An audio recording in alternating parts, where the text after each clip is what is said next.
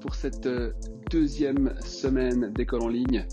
J'espère que vous allez tous bien. Donc, petite vidéo pour les 10e avec la suite de vos cours. Donc la suite de la vidéo, c'est votre cours de la semaine. Je vais faire une petite intro juste pour répondre à vos questions. Encore une fois, j'ai reçu 3 messages seulement pour les questions. Vous posez plein de questions vraiment en classe, n'hésitez pas, c'est là aussi pour ça. On est là pour pouvoir poser des questions aussi ce matin. Donc je vais y répondre chaque semaine avant votre vidéo de bio de la semaine. Et là, je prends ce que j'ai reçu. Alors on va commencer par Chloé Riza. Alors bonjour Chloé Riza. C'était a priori son rêve d'enfant, un jour qu'on lui dise ça dans une vidéo YouTube. Donc voilà, c'est fait. Bonjour à Chloé. Ensuite, Chloé, elle a quand même été une des seules aussi à poser des questions. Elle demande, vous avez dit que ça s'appelle l'épiglotte, pourquoi sur le schéma c'était marqué pharynx? Alors, en fait, le schéma il n'est pas très complet, c'est pour ça que je l'ai complété avec la petite épiglotte que j'ai rajoutée. En fait, le pharynx, c'est la partie de l'arrière-gorge, donc c'est toute cette zone derrière où il y a les fosses nasales qui rejoignent la bouche et qui rejoignent donc la trachée avec l'épiglotte qui est là. Donc le pharynx, c'est toute cette partie derrière avec le tuyau qui passe. L'épiglotte, c'est juste la petite partie en haut qui va venir bloquer la trachée, d'accord, quand on veut avaler quelque chose pour que la nourriture se retrouve pas dans la trachée, d'accord. Donc c'est pour ça qu'on a un nom un petit peu différent et que j'ai rajouté d'ailleurs l'épiglotte sur le schéma qui lui donne le pharynx comme truc plus général. On a Noah aussi, Noah qui me dit si c'est sympa, bonjour monsieur, le cours n'était pas très compliqué, je ne sais pas comment transférer mes photos de devoirs dans mon PC pour les envoyer. Alors j'ai eu beaucoup de questions par rapport aux photos, je vous ai refait une petite vidéo spéciale pour vous expliquer comment on met des photos sur le devoir pour rendre. Si c'est pas encore clair pour vous, faites au mieux. Si vous arrivez à m'envoyer une photo, c'est mieux, parce que ça veut dire que vous avez fait votre travail et puis ça me permet de savoir ok vous êtes là. Mais surtout s'il vous plaît, manifestez-vous. Donc si vous ne pouvez pas envoyer de photos, cliquez sur rendre le devoir, comme ça je sais que vous avez rendu, vous avez fait, et mettez-moi un petit commentaire, même si c'est pour me dire le cours était facile, j'ai tout compris, tout va bien. J'aimerais juste savoir que vous êtes vivant et que ça se passe bien pour vous et qu'il n'y a pas de problème. J'aimerais pas faire des vidéos comme ça et puis qu'il y en ait un ou deux qui soient complètement paumés et qui n'ont jamais vu les vidéos et qui n'ont jamais pu faire le travail. Donc vraiment, faites l'effort de mettre un petit mot, un petit quelque chose et surtout, cliquez sur rendre le travail une fois que c'est fait. Comme ça, je sais que c'est bon pour vous. D'accord. Voilà, donc je vous laisse avec la suite de la vidéo, c'est votre cours de la semaine. Il y en aura comme ça un par semaine. On va avancer dans les chapitres. Pour l'instant, on est toujours dans le chapitre 13. Et puis, voilà, j'espère que ça va pour vous. Je vous souhaite une bonne suite de semaine et courage pour tous vos rendez-vous Meet et tout ça avec vos profs. Et à tout bientôt. Voilà, ciao. Ok, bienvenue à tous. Alors, on va continuer notre cours sur le chapitre 13. Donc, je vous rappelle, on est dans le chapitre 13, comment le système respiratoire fonctionne. Donc, pour essayer de comprendre comment les poumons ça marche, on a fait ensemble ces premières parties. On a surtout beaucoup discuté de ce qui se passait sur ce schéma avec donc l'air riche en oxygène qui va rentrer donc par le nez, qui va descendre ici, qui va passer par la trachée, qui va passer par ensuite les bronches, les bronchioles dans les poumons. On a parlé du fait qu'il y avait des alvéoles à la fin de tout ce trajet-là, donc des tout petits sacs qui vont se remplir d'air et qu'il y avait un échange qui se passait, qui a d'ailleurs disparu, mais il y a un échange qui se passe avec le sang pour pouvoir récupérer du sang propre pour la ramener au cœur et enlever le CO2 qui se trouvait dans le sang qui arrive. On avait vu tout ça avec ce texte, je vous laisserai le reprendre s'il y a encore des choses qui ne sont pas claires, mais et on avait compris surtout à la fin cette partie-là, et on va se repartir là-dessus puisque c'est la suite. On avait lu à la fin que les poumons, ils étaient dépourvus de muscles, et donc que il ne pouvait pas choisir de se gonfler. Donc un poumon ne peut pas se gonfler, se dégonfler. Il va devoir suivre passivement ce qui se passe au niveau de la cage thoracique et au niveau du diaphragme. Et c'est ce qu'on va voir un petit peu aujourd'hui dans la page suivante pour comprendre un peu mieux. Donc on avait parlé de ce schéma-là avec le diaphragme en bas qui va se relâcher pour pouvoir expirer et qui va se tendre pour pouvoir faire une inspiration. Et donc laisser de la place pour que les poumons puissent grandir. Mais tout ça, c'est peut-être un petit peu complexe, donc on va le reprendre sur cette page ici. Donc on va commencer à la page 7 aujourd'hui, avec cette petite expérience. Si vous vous embêtez vraiment chez vous et que vous avez du matos, vous pouvez tester de la faire chez vous, ce serait drôle d'ailleurs. Si vous le faites, envoyez-moi une petite vidéo. Mais en gros, on peut essayer de modéliser ce qui se passe dans les poumons avec du matériel assez simple. Alors on en a une en classe que je ne peux pas vous montrer là, je vais essayer de vous trouver une petite vidéo pour voir ça en action. Mais je vous explique d'abord un petit peu comment ça fonctionne. Donc c'est ce qu'on a dit la dernière fois, la partie ici, que les deux poumons sont incapables d'exécuter eux-mêmes des mouvements.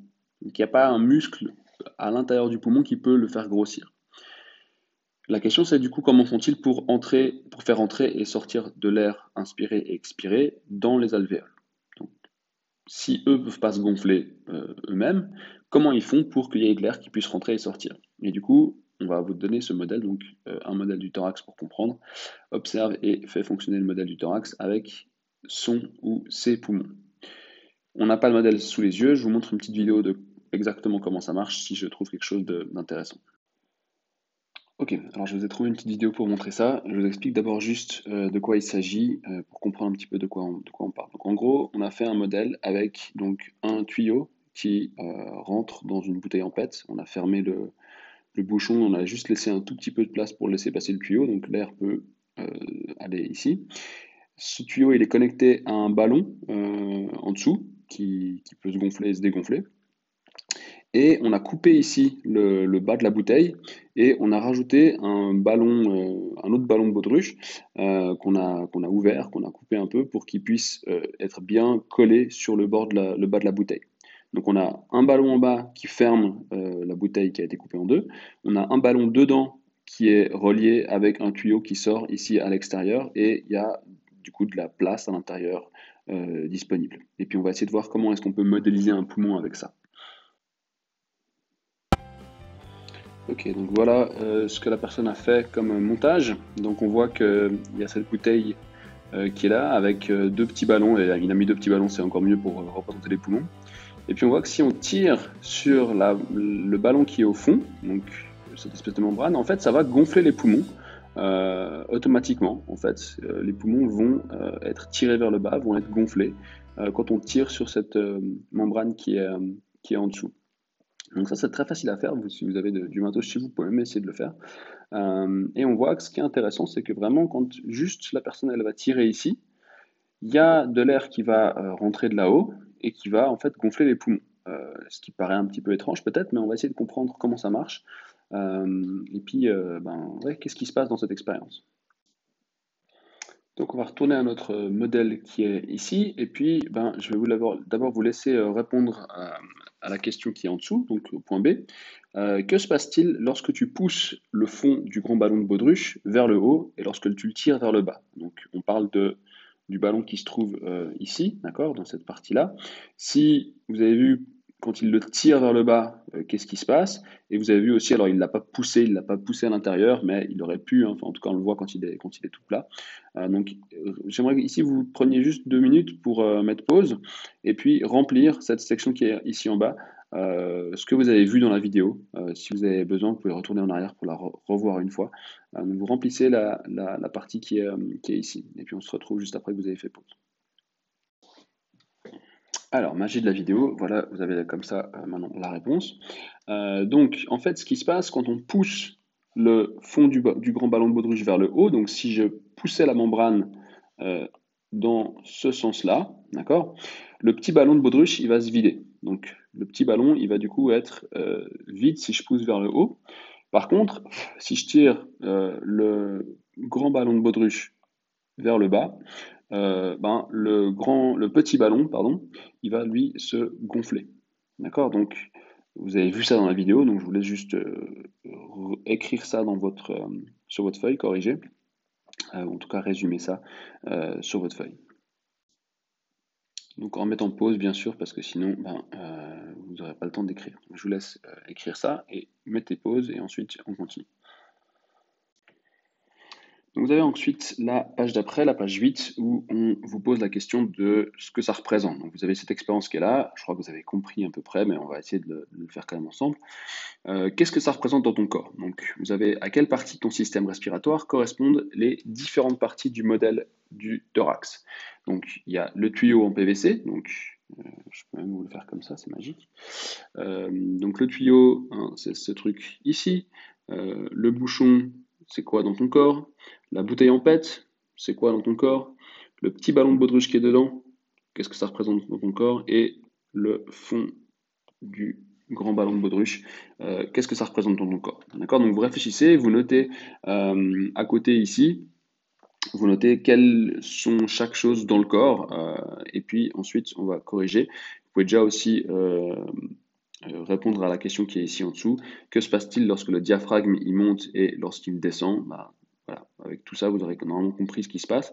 Je vous laisse remplir tout ça et puis d'ici quelques minutes, quand vous avez fini de tout écrire, vous pouvez continuer, vous pouvez mettre pause et après continuer.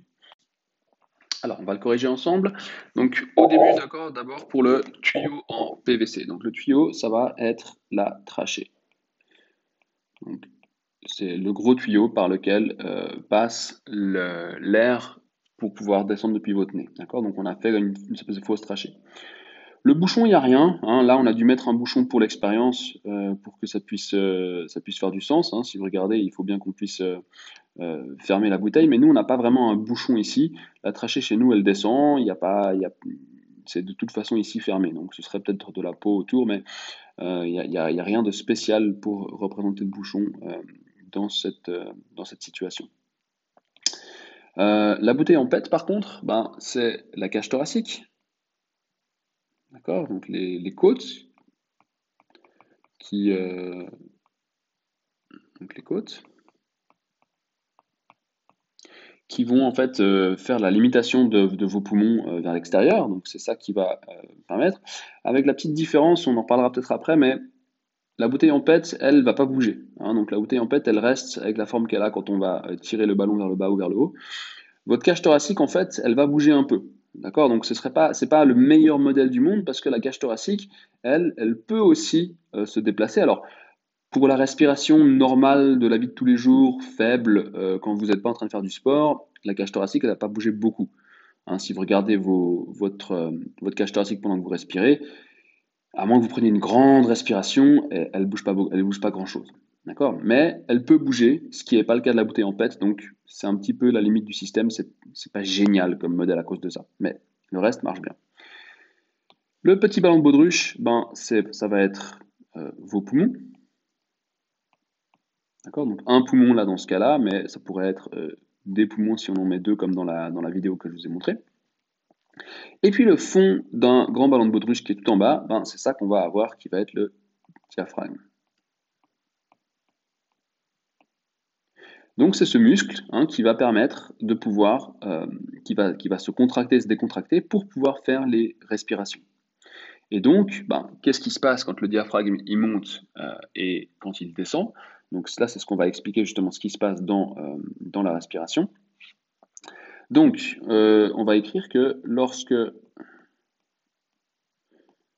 les muscles du diaphragme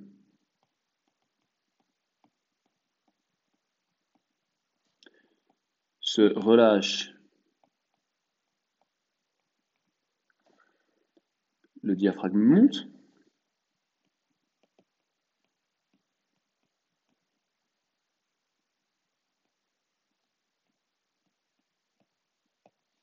D'accord? Donc, la position bombée vers le haut qu'on a vu avant sur l'image, donc le diaphragme, quand il est tout relâché, le diaphragme il va monter. Donc à ce moment-là, s'il monte, le volume de la cage thoracique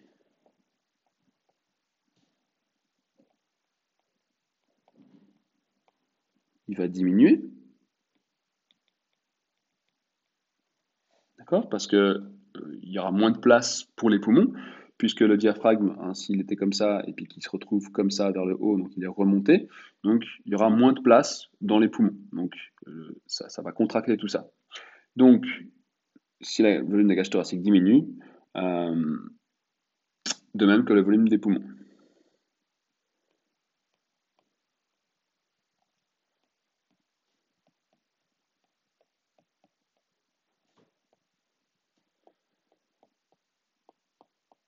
Ok? Donc ça, c'est quand on va avoir l'expiration. Donc tout ça va faire que l'air sort et c'est l'expiration. C'est ce qu'on appelle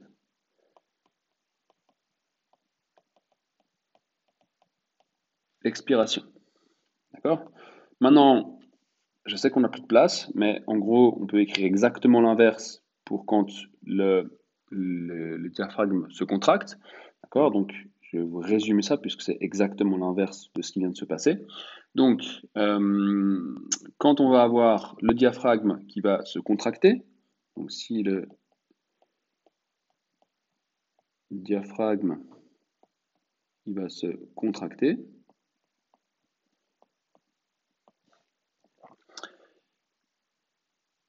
on va avoir le diaphragme qui va donc descendre.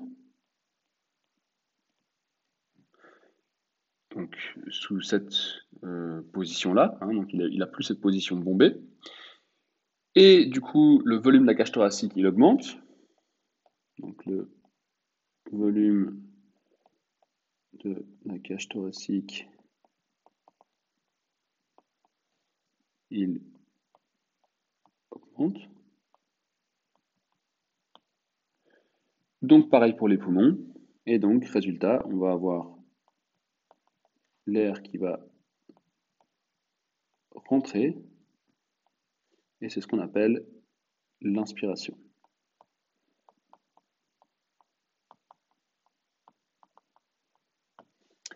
Si vous voulez le réécrire proprement à côté, je vous mets juste la version corrigée qui est peut-être un tout petit peu plus jolie que la mienne. Et pareil, vous pouvez, avec les joies et la magie de la technologie, vous pouvez mettre pause et vous pouvez recopier tout ça. Donc voilà, si vous avez besoin, je vous laisse ça, vous mettez pause et puis vous pouvez recopier ça plus proprement que ce que j'ai fait. Mais donc voilà un petit peu ce qu'on vient de voir, hein. Donc, quand le diaphragme il se relâche, le diaphragme il va du coup remonter et donc ça va diminuer, l'air va sortir et on va avoir l'expiration. Peut-être faites attention parce que ça c'est peut-être pas hyper logique dans notre manière de réfléchir. Parce que quand on va faire on souffle, on a un peu l'impression qu'on fait un effort pour souffler. Donc on aurait tendance à se dire qu'il y a un muscle qui doit se contracter alors que c'est pas vrai, c'est le contraire. Le muscle, en se relâchant, il reprend sa place et donc l'air sort. Et c'est vraiment quand on va inspirer, c'est là où les muscles vont se contracter et donc du coup le diaphragme descend, le volume augmente et on va avoir l'inspiration. D'accord? Donc faites attention, trouvez un moyen mémotechnique pour vous souvenir de ça, mais trompez-vous pas, faites-le pas à l'envers parce que ce sera faux. Voilà, je vous laisse mettre pause, écrire tout ça, et puis ensuite on continue sur le petit encadré qu'on a en dessous.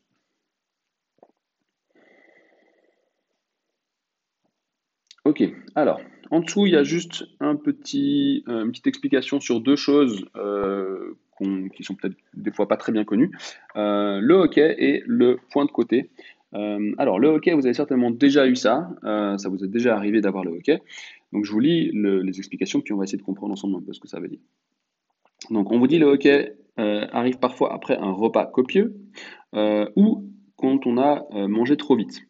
Le hockey est un réflexe respiratoire caractérisé par des contractions incontrôlables et involontaires des muscles du diaphragme. Donc le hockey, il a un lien direct avec ce qui se passe au niveau du diaphragme. C'est votre diaphragme qui se contracte bizarrement et pas comme il devrait. Du coup, qu'est-ce qui se passe? Le diaphragme descend légèrement. Et si le diaphragme descend, ça libère de la place dans les poumons. Hein, on a vu, si le diaphragme part vers le bas, il y a les poumons qui peuvent se remplir. Et ça fait rentrer un peu d'air. Généralement, le hockey est momentané et inoffensif, mais pas toujours. Donc, ça fait rentrer de l'air. Alors, si on est déjà en train d'inspirer, qu'on est en train d'inspirer et qu'il y a le hockey, ça crée pas grand-chose. Par contre, quand on était en train de expirer et qu'il y a de l'air qui veut rentrer, ça fait un à-coup et donc ça fait du hockey. Malheureusement, c'est pas toujours inoffensif et momentané. On voit l'exemple de cet Américain qui s'appelle Charles Osborne, qui a vécu de 1894 à 1991, qui est rentré dans le livre Guinness des records pour avoir eu le hockey continuellement pendant 68 ans, de 1922 à 1990, ce qui est, à mon avis, pas très fun. Pour la petite histoire, moi j'ai eu le hockey une fois pendant 2 jours et c'était juste terrible parce que ça passait pas et t'as le hockey toute la journée, tout le temps et c'est juste pas cool. Donc voilà, 68 ans, vous pouvez imaginer, ça ne devait pas être super fun pour arriver à fonctionner. Donc voilà, ça c'est quand il y a le diaphragme qui déconne, hein, qui se fait des contractions incontrôlables et qu'on n'arrive pas à gérer. Donc, vous pouvez peut-être souligner ça, hein, contraction incontrôlable et involontaire des muscles du diaphragme. Et l'autre chose qui est aussi en lien avec la respiration, c'est le point de côté. Alors ça c'est intéressant, on vous dit le point de côté, ça arrive souvent quand on fait une course et qu'on respire mal, hein. Vous avez déjà eu ça certainement aussi, ça fait une espèce de douleur, donc le point de côté c'est une douleur aiguë qui apparaît lors d'un effort sur le côté du corps, généralement en dessous des côtes. Il s'agit d'un problème bénin, c'est pas grave, dont la cause n'est toujours pas clairement élucidée, malgré un intérêt de plus en plus important de la communauté scientifique ces dernières années. Donc ça fait partie des choses que on se dit ouais mais c'est facile, hein, on a déjà tous eu un point de côté, c'est facile à comprendre ce qui se passe, mais en fait ben c'est pas si simple que ça. On ne sait pas trop exactement ce qui se passe. On pense toujours que c'est lié aussi au diaphragme. Ce que j'ai lu récemment sur le sujet, il parlait du fait que c'était probablement un problème que, en fait, quand on respire mal, du coup, le diaphragme ne reçoit pas assez d'oxygène pour pouvoir bien fonctionner. C'est un muscle, le diaphragme, hein. Et donc, du coup, il a du mal à faire l'effort qu'on lui demande de faire, c'est-à-dire de tirer vers le bas pour aller faire rentrer de l'air dans les poumons. Mais ça reste encore un truc que pour l'instant, on n'a pas d'explication très claire et sûre de ce qui se passe au niveau du point de côté. Donc voilà, juste que vous sachiez qu'en science, il n'y a pas toujours tout qui a été découvert et élucidé déjà. Voilà, donc ça c'est pour ces pages-là. On va revenir un petit peu en arrière sur les fiches et on va attaquer les pages 9 et 10. Je pense qu'on va arriver jusque-là, ouais. On va essayer de terminer les pages 9 et 10 aujourd'hui et puis on fera la suite une prochaine fois.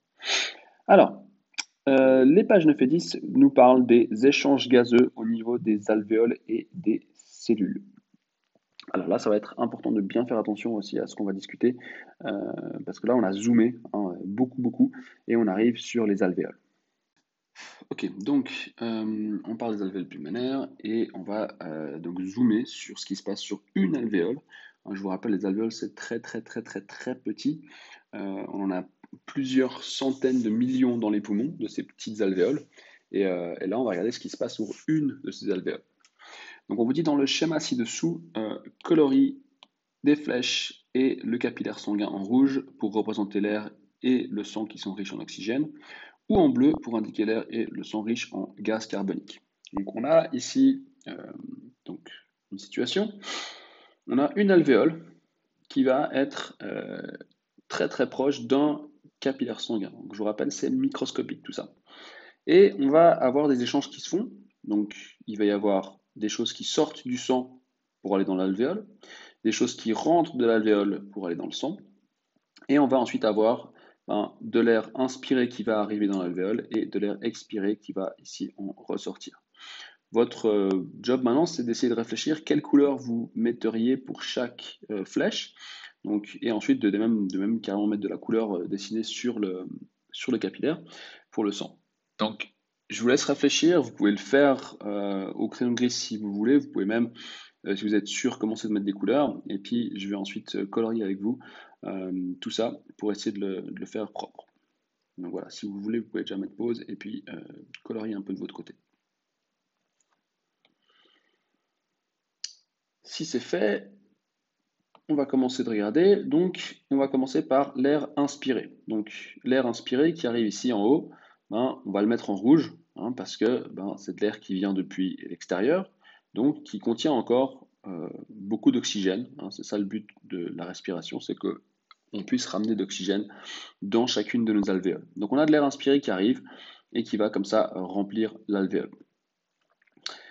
Cette air inspirée, elle va pouvoir faire un échange ici avec le sang. Ça se fait tout seul parce que dans le corps, souvent ce qui se passe, c'est qu'il y a des gradients. Donc ça veut dire qu'il va y avoir ici beaucoup d'oxygène dans la partie de l'alvéole et il y aura encore un petit peu, mais très peu d'oxygène dans le sang. Donc les molécules d'oxygène, elles vont avoir tendance à vouloir équilibrer tout ça et donc elles vont automatiquement se diriger, traverser. Il y a une membrane ici qui va être très fine ici à traverser, hein. Donc elles vont traverser cette membrane très fine et donc ces molécules d'oxygène vont se retrouver propulsées ici dans le sang et ensuite elles seront accrochées par les globules rouges pour être amenées plus loin. Et on va avoir exactement l'inverse qui va se passer au niveau du CO2.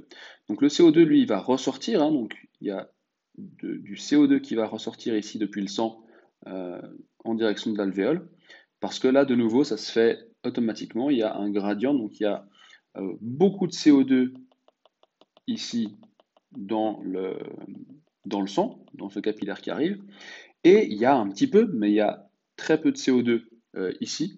Donc, il va y avoir une espèce de gradient, une force qui va pousser le CO2 vers l'extérieur pour essayer d'équilibrer, pour que ce seuil à l'équilibre. D'accord? Donc, pour qu'à la fin, ce CO2, il ressort. Le CO2, quand il va se retrouver dans l'alvéole, il va vouloir retourner à l'extérieur. Donc, on va avoir du CO2 ici qui va repartir vers l'extérieur des poumons. Et puis, donc voilà, donc ça c'est pour l'air. Donc, l'air inspiré arrive, pardon, l'air inspiré arrive, donc rentre par ici, va se retrouver, donc l'oxygène va se retrouver à rentrer dans le sang, dans le capillaire, et l'air, le CO2 qui arrive va se retrouver dans l'alvéole et sera expiré quand on va avoir l'air qui va repartir vers l'extérieur. Et du coup, tout ça, ça va se faire pas d'un coup, hein, il n'y a pas une porte ici qui s'ouvre et une porte ici qui s'ouvre, hein, comme ça pourrait être compris avec les grosses flèches qui ont été dessinées, mais ça va se faire progressivement. Ça veut dire quoi? Ça veut dire que le sang qui va arriver, donc il arrive ici depuis le corps, hein, donc le cœur l'a repoussé, l'a repompé pour le faire aller ici, mais en gros c'est du sang qui vient depuis le reste du corps, donc il est plein de CO2, hein, donc c'est du sang qui va être bleu ici, d'accord? Et puis progressivement, alors ça va être dur de faire ça, de vous faire un dégradé avec mes outils que j'ai là, je vais voir si je peux faire ça, mais concrètement, progressivement, quand le sang se rapproche ici de l'alvéole, il va y avoir déjà, dès que c'est possible, un petit peu de CO2 qui va aller là. Et puis encore un petit peu de CO2, puis encore un petit peu de CO2. Puis au fur et à mesure, il y aura de moins en moins de CO2 dans le capillaire sanguin. D'accord? Donc ici, on pourrait... Ah, je peux faire plusieurs couches. Donc ici, on pourrait avoir donc beaucoup de CO2. Et puis progressivement, il y en a un peu moins, d'accord, de CO2. Et progressivement aussi, en même temps, il y a déjà de l'oxygène qui commence à rentrer. Donc ici, il y aura plus que de l'oxygène pour terminer. Ah, je ne peux pas faire de couche en rouge. Donc ici, il n'y aura plus que de l'oxygène à la fin, ou en tout cas très peu de CO2. Et au milieu, c'est un peu un gradient, d'accord? Donc jusque-là, de plus en plus on avance, moins il y a de CO2 présent, puis après, il y a un peu un mélange des deux. Alors, malheureusement, je n'ai pas d'outil pour les mélanger, ça se met l'un sur l'autre, mais je vais vous montrer après une image avec tout qui est fait. Donc on a du sang qui repart clairement ici avec un maximum d'oxygène à l'intérieur, et on a du sang qui arrivait ici avec beaucoup de CO2 à l'intérieur. C'est pas 100%, d'accord? Parce que le CO2, ça va être à l'équilibre entre l'intérieur et l'extérieur. Donc ici, quand on aura sorti un maximum de CO2, il y aura encore un peu de CO2 qui reste. Mais c'est pas grave, parce que chaque passage, on enlève du CO2, chaque passage, on remet de l'oxygène. Pareil, il n'y aura pas tout l'oxygène qui est là-dedans qui aura pu passer dans le sang, mais il y aura un maximum d'oxygène qui sera passé. Donc on se retrouvera ici avec beaucoup d'oxygène dans le sang pour terminer. D'accord? Donc voilà, là il y aura du coup beaucoup d'oxygène. Je ne sais pas pourquoi je ne peux pas passer partout deux fois. Mais voilà, d'accord? Donc ça c'est un petit peu ce qui va se passer. Je vous montre l'image avec en plus joli. Donc si vous avez des talents d'artiste et que vous vous ennuyez, vous pouvez faire ça aussi joli que ça chez vous avec du rouge et du bleu. Donc là, on voit vraiment cette idée qu'il y a beaucoup de CO2 qui arrive. Puis progressivement, vous voyez que là, il y a déjà un peu de rouge, hein. Donc il y a du CO2 qui est parti, et il y a déjà un peu d'oxygène qui est rentré. Et plus on avance, Hein, plus on perd du CO2, plus on gagne de l'oxygène au contact de l'alvéole ici. Vous pouvez rajouter les légendes, donc capillaire sanguin, c'est ce tuyau ici, tout petit, hein, la taille c'est presque un globule roulé à la fois qui passe dans ces capillaires sanguins. Et l'alvéole, ben, c'est l'endroit où on a l'air qui va être échangé. Et donc air inspiré qui arrive, l'air expiré qui repart avec le sang qui va dans ce sens-là. Voilà. Donc je vous laisse mettre pause si vous voulez, refaire ça très joliment avec des crayons de couleur et on va continuer. Donc là, on se trouvait dans les poumons, hein, une alvéole à côté d'un capillaire. Maintenant, il y a une autre situation, c'est plus loin, donc c'est ce qui se passe là sur votre page 10. Donc sur la page 10, on vous met un schéma, de nouveau avec un capillaire sanguin, et cette fois-ci avec, avec des cellules. On vous dit dans le schéma ci-dessous, colorie les flèches et le capillaire sanguin en rouge pour représenter l'air et le sang riche en oxygène, comme on a fait avant, et en bleu pour indiquer l'air et le sang riche en gaz carbonique. Attention, ici, on est en train de parler de ce qui se passe dans le corps, quelque part. Alors, c'est pas précisé où, mais si ça peut vous aider, dites-vous que vous êtes dans le muscle de votre jambe, par exemple. Donc, vous avez le capillaire sanguin qui passe ici avec le sang, et ça, ce serait par exemple des cellules musculaires d'un muscle de votre jambe. D'accord? Et donc, de nouveau, réfléchissez ce qui se passe. Le sang qui arrive ici, il est de quelle couleur? Le sang qui part ici, il est de quelle couleur? Les échanges ici, les flèches sont de quelle couleur? Pour voir si vous avez bien compris un petit peu de quoi on est en train de parler. Donc là, on est ailleurs dans le corps, puis on fait les échanges, donc le sang est là pour nourrir ces cellules. Donc réfléchissez, je vous laisse réfléchir, mettez pause, essayez de comprendre dans quel sens se passent les flèches, de quelle couleur.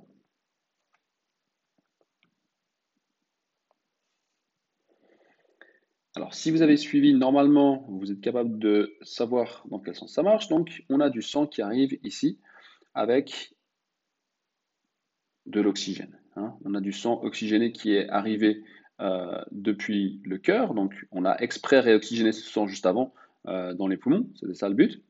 Et ce sang, il va aller vers chaque cellule et amener de l'oxygène pour chaque cellule pour qu'elle puisse fonctionner.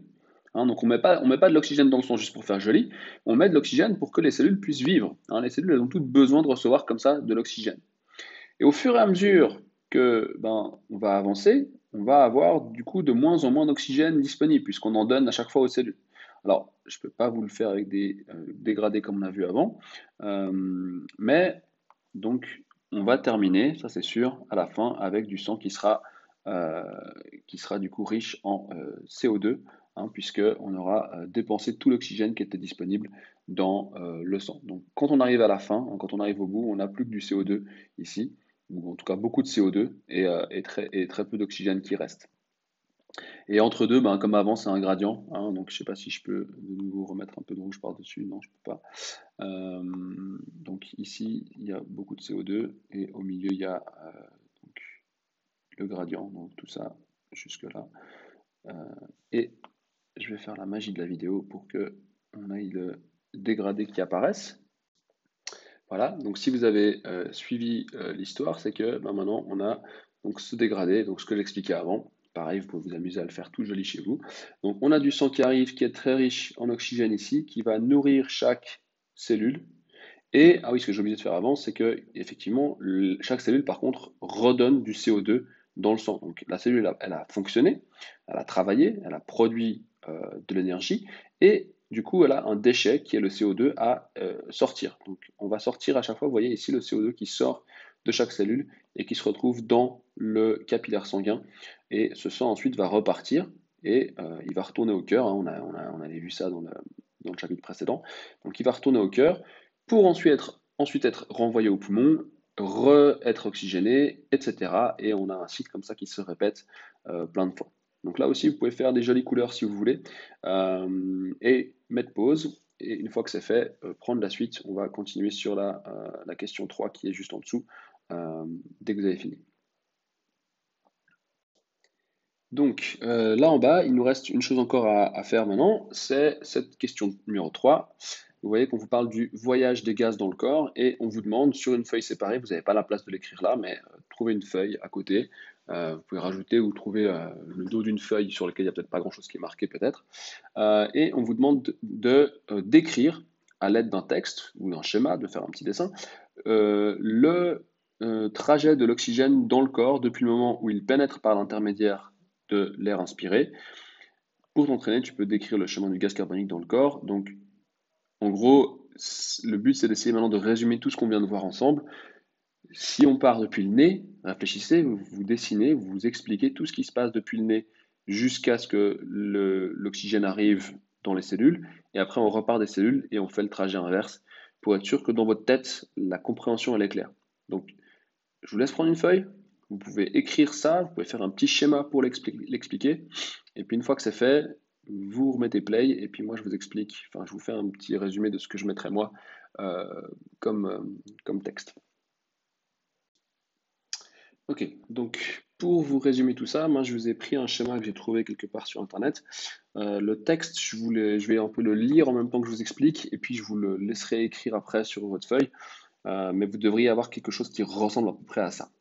Donc on va commencer, donc on va avoir ici, au tout début, l'oxygène de l'air inspiré qui va rentrer par le nez ou la bouche, hein, donc on va avoir de l'air qui va rentrer ici, qui traverse la trachée, donc on va descendre ici par la trachée, le tuyau qui est là, les bronches et les bronchioles pour arriver dans les alvéoles pulmonaires. Donc je vous rappelle, trachée, on va ensuite dans les bronches, dans les bronchioles, dans les alvéoles, donc quelque part dans les poumons ici. De là, il rejoint les capillaires sanguins et est transporté par la circulation sanguine en direction des organes, des tissus et des cellules. Donc on a l'oxygène qui va ensuite retourner ici au cœur, et depuis le cœur, il va être envoyé partout dans le corps, il va être envoyé par le sang partout là il y a besoin. Donc ça, c'est toujours de l'oxygène qui se déplace. S'il arrive ici, par exemple, dans la jambe, comme on l'a dit avant, il pénètre dans la cellule où il joue un rôle important dans la respiration cellulaire. Donc la cellule a besoin de cet oxygène pour fonctionner. Donc ici.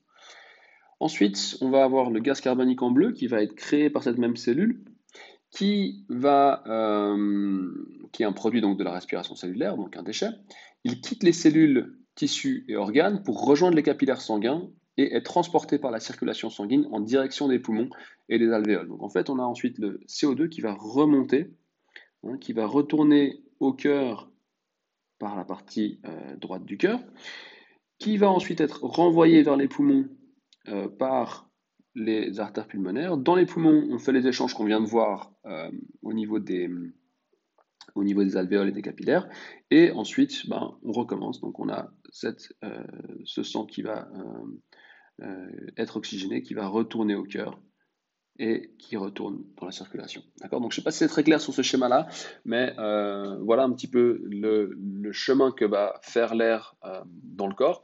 Et puis, une fois bien sûr que le CO2 est arrivé là, une fois qu'il est arrivé dans les alvéoles, il va retourner, donc alvéoles, bronchioles, bronches, trachée, et puis on va recracher le CO2 vers l'extérieur, bien entendu. Donc voilà, je vous mets le texte qui correspond à tout ça, comme ça vous pouvez aussi le copier chez vous tranquillement, donc prenez le temps de l'écrire. Je pense que ça vaut la peine d'avoir un résumé, en tout cas que dans votre tête ce soit très clair. Donc si vous voulez le résumer avec d'autres mots, vous pouvez, mais donc voilà un petit peu tout ce qu'on peut dire. Donc c'est ce que je vous ai lu. L'oxygène de l'air inspiré pénètre par le nez ou la bouche, traverse la trachée, les bronches, les bronchioles, pour arriver dans les alvéoles.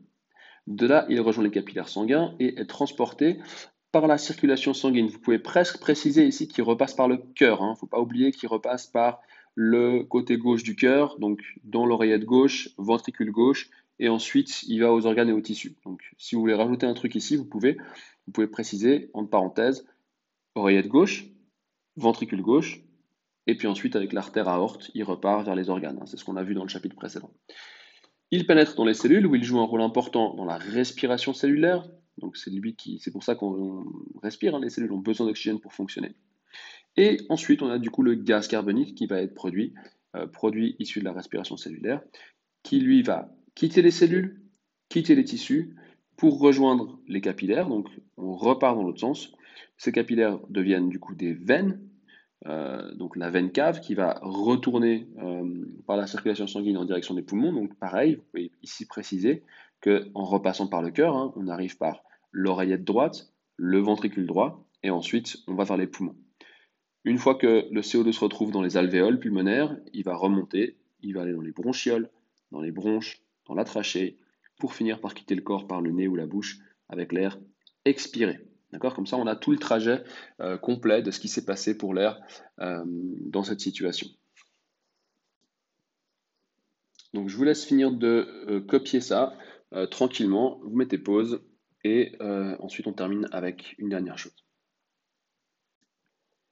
Alors, on peut terminer la page 10 avec juste le petit texte qui se termine là, l'intoxication au monoxyde de carbone, comme une petite histoire intéressante.